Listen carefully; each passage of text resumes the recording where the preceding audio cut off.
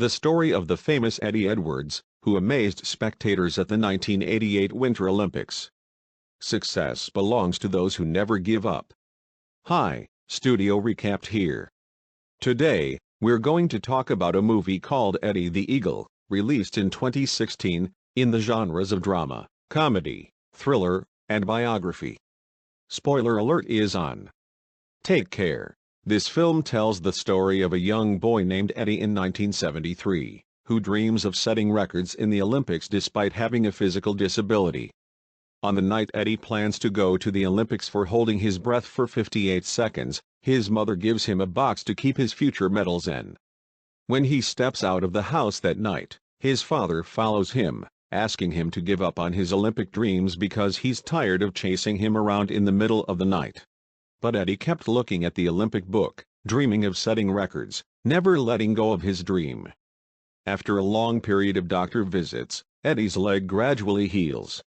He begins serious training, and the box his mother gave him repeatedly fills with broken glasses as he practices daily. His father, frustrated by Eddie's behavior, decides to take him to work with him as a plasterer, hoping Eddie will give up on the Olympics and focus on a practical job instead. One day, when Eddie goes to work with his father, he spots the Winter Olympic training camp and realizes his father was right. He shouldn't go to the regular Olympics, but to the Winter Olympics. Eddie starts skiing with the equipment and decorates his room with ski posters and Winter Olympic memorabilia. Over the years, he earns several certificates and awards, but no one takes him seriously. In 1987, after Dustin's speech, the chairman of the Winter Olympic Selection Committee tells Eddie that he has done his best for the team, but he won't be selected for the final test. He advises Eddie to keep training for the next Olympics and set that as his goal. He then tells Eddie that he will never be made of Olympic material. After this event, Eddie's father advises him to find a more sensible career for himself, as skiing isn't going to work out for him. Eddie agrees with his father and decides to sign up for plastering classes. He goes to his room and tells his mother that he needs to start supporting himself. He removes the skiing posters from his wall, but in doing so, he finds another poster underneath, related to ski jumping. He watches competitions of this sport and becomes interested in it. He goes to the headquarters of the British Olympic Association and discovers that his country hasn't had a ski jumper since 1929, and the previous athlete had a poor record. Eddie is determined to go to Germany, and despite his father's objections, he gathers his gear with his mother's support and sets off on his journey. When his father follows him like in his childhood, Eddie tells him that the Olympics are his dream, and reaching them means everything to him. Eddie arrives at the International Ski Jumping Training Camp.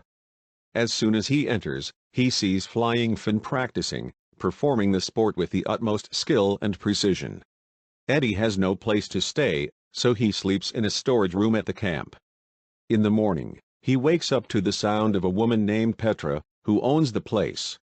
He apologizes to her, and she allows him to stay there at night, on the condition that he helps with the bar work. On his first day of training, Eddie successfully makes a 10-meter jump, which leads him to believe that the sport is easy.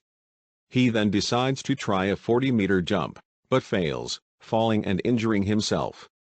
When he returns to Petra, she tells him that this height isn't too much and that he needs a coach to continue. They meet a Norwegian man named Bjorn, who was once a great jumper and now works as a coach. Eddie goes after Bjorn to ask for some guidance, but Bjorn and his students mock him, emphasizing that the sport should start at age 6, or even earlier, meaning he has no chance of success.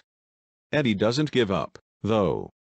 He repeatedly attempts the 40-meter jump, failing each time, and continues this until he gets severely injured. A man named Branson, an older man sitting behind a snowplow, gets out of the vehicle and tells Eddie not to even think about jumping from a 70-meter height, warning him that it would break his bones.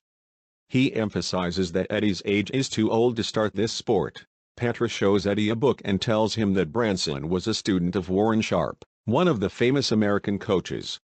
Branson was a very talented jumper and had broken many records, but he was kicked off the team due to his disorderly behavior, drinking, arrogance, and womanizing.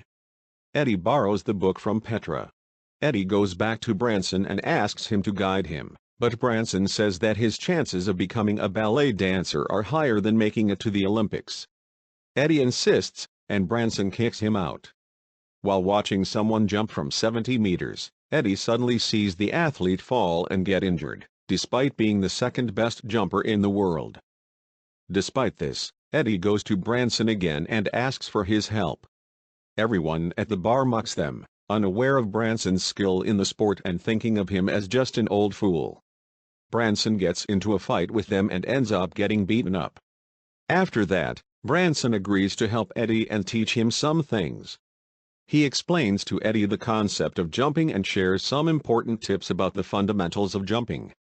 Eddie learns that a 15-meter jump is like a game that draws you in. A 40-meter jump is the kind that will leave your body sore if you fall. A 70-meter jump is one where falling can break your bones, and a 90-meter jump is so dangerous that falling means death. Then, Branson decides to take action instead of just talking, and jumps from the 90-meter height. He lights a cigarette, and without any protective gear or helmet, he calmly makes the jump. The next morning, following Branson's advice, Eddie successfully jumps from the 40-meter height and now plans to prepare himself for the 70. He goes to Branson again and says he plans to go to the Calgary Olympics. Branson tries to dissuade him, saying that Eddie hasn't trained enough and isn't ready for the Olympics. But Eddie, as always, follows his own path. When he jumps from the 70-meter height, he gets scared, slips, loses his balance completely, and ends up injuring himself worse than ever. Branson visits Eddie and sees Warren Sharp's book. He flips through it until he comes across a photo of himself. Warren Sharp had written about Branson, saying, "He was the most talented student I ever had, but also my greatest disappointment. He could have been my greatest champion, but his focus was on other things." The book also mentions that success isn't just about natural talent. It's about not giving up and always striving. This quote reminds Branson of Eddie, who, despite his efforts, never lets failure stop him. The next day, Branson visits Eddie and tells him that he wants to teach him how to jump from 70 meters and help him prepare for the upcoming Garmisch Senior competition next month. In fact, if Eddie succeeds in his jump that day, he could qualify for the Olympics. Branson and Eddie begin practicing for the landing, and Eddie focuses on remembering all the important tips and techniques that are being discussed. On the day of the Garmisch Senior competition, the other participants mock Eddie and speak among themselves in their own language, saying that he will definitely die from this jump. However, contrary to everyone's expectations, Eddie successfully jumps the 70-meter distance and makes it, legally qualifying for the Olympics. When Eddie returns to the headquarters of the British Olympic Association, he finds out that they have changed the accepted jump distance to 61 meters to avoid supporting him, even though Eddie's record is only 34 meters. In the end, he has no choice but to accept their rule. They refuse to recognize an amateur like Eddie and make things difficult for him. After a phone conversation with Branson, Eddie says he plans to enter the Olympics through Europe by jumping 61 meters and asks Branson to join him.